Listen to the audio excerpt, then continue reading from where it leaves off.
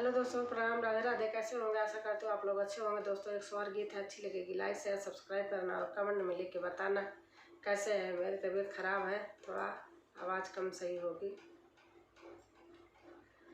नदिया किनारे का पेड़ावा ता पेड़ावा कादम का हो, पेड़ावा कादम का हो। नदिया किनारे का पेड़ावा ता पेड़ावा कादम का हो, पेड़ावा कादम का हो। कान्हा ही तारे बसिया बजावै सुनता निकाला गई, सुनता निकाला गई हो। कान्हा ही तारे बसिया बजावै सुनता निकाला गई, सुनता निकाला गई हो। दही बेचै निकाली ग्वालिन ता कान्हा से राजा करई, कान्हा से राजा करई हो।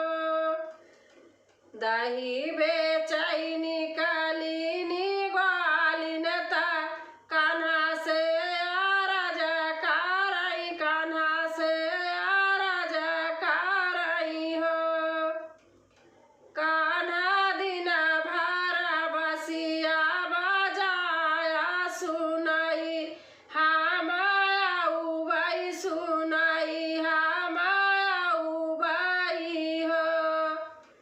कान्हा दिन भर बसिया बजाया सुनई, हम आउबै सुनई, हम आउबै हो।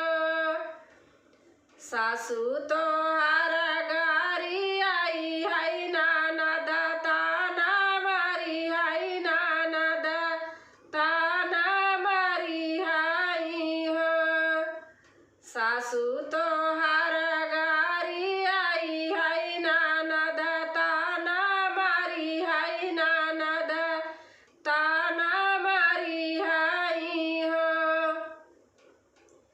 ग्वालिन पियावा तोहार मुख से ना बोली है सुनई, जब आऊ भी सुनई, जब आऊ भी हो।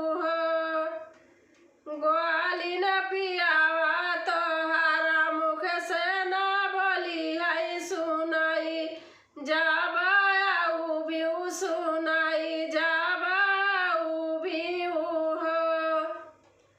सासू के बनाई खियाउबै ननद भेजबै ससुर